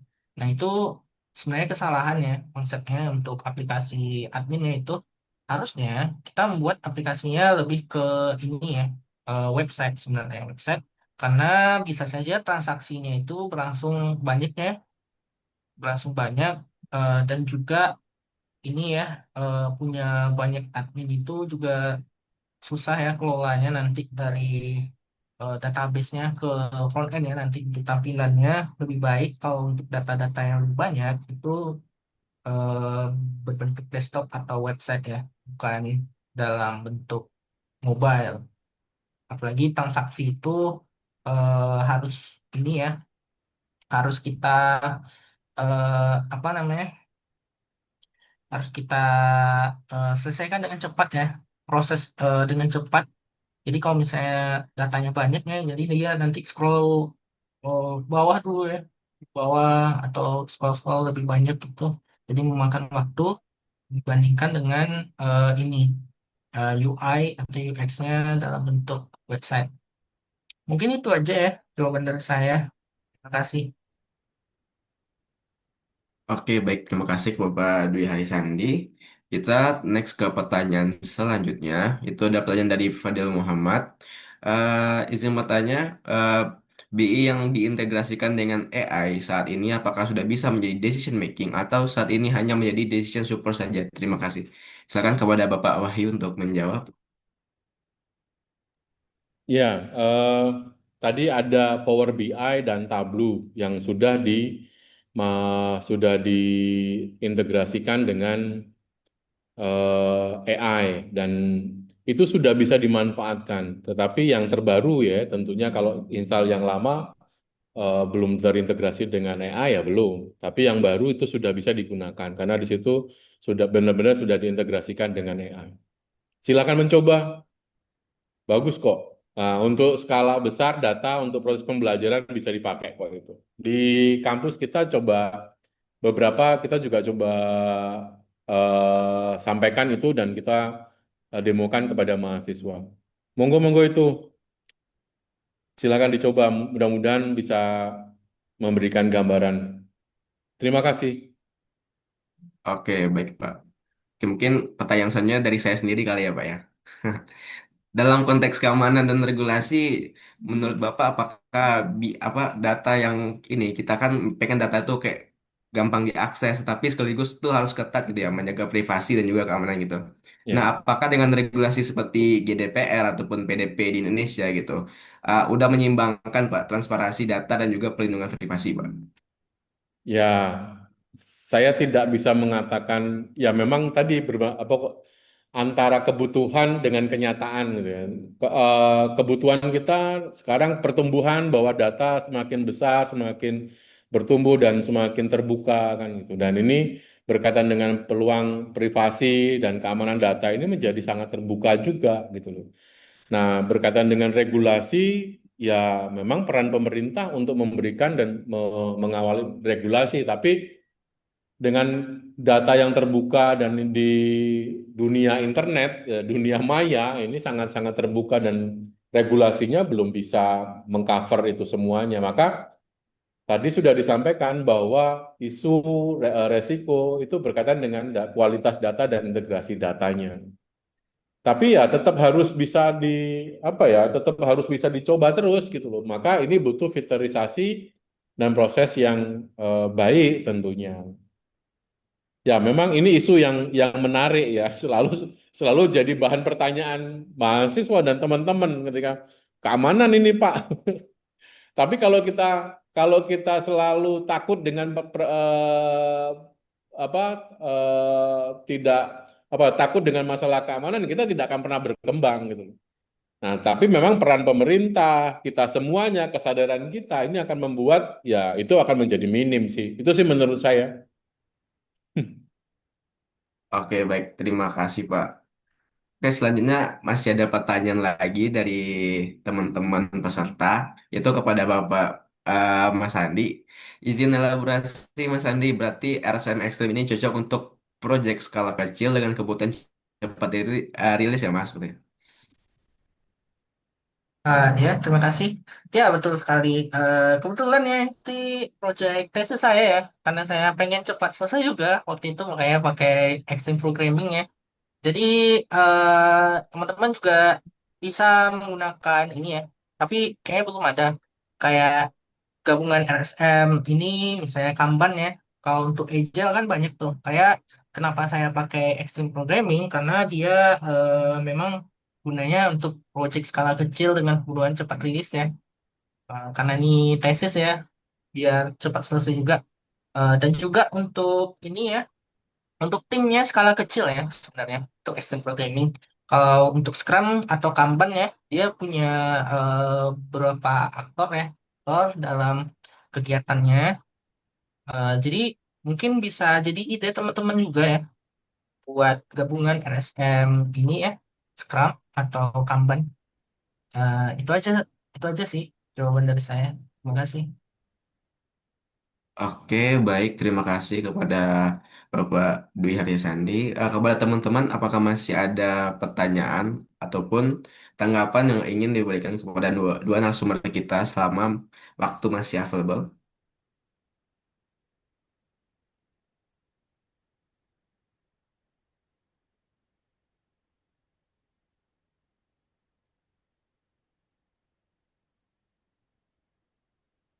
Oke, baik. Kalau misalnya tidak ada pertanyaan dari teman-teman semuanya, eh, saya mengucapkan terima kasih kepada dua narasumber kita, yaitu Bapak Antonius Wahyu Sudrajat yang telah mengisi The Youth Talk series 29 pada hari ini, dan juga Bapak Muhammad Dwi Arisandi yang telah menjadi narasumber kedua pada sore hari ini. Terima kasih juga kepada peserta yang telah antusias dalam mengikuti uh, Talk pada sore hari ini. Kami berharap Talk ini bisa menjadi pemantik refleksi dan juga kajian lebih lanjut untuk memperkuat kolaborasi lintas di bidang sistem informasi dan dapat dikembangkan untuk pemahaman dan juga penerapan penelitian di bidang sistem informasi. Sekian dari saya, terima kasih. Salam sehat dan sampai jumpa. Wassalamualaikum warahmatullahi wabarakatuh.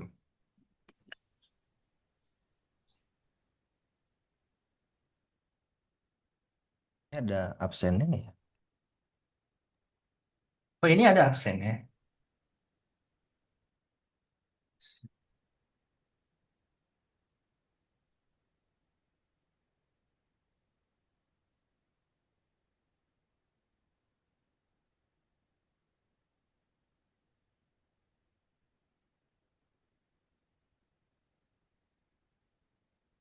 Untuk link presensi sudah saya kirim di kolom chat Zoom meeting. Oke, izin. Terima kasih. Selamat sore. Terima kasih Pak, selamat sore. Izin live ya teman-teman. Terima kasih. Terima kasih Pak, selamat sore.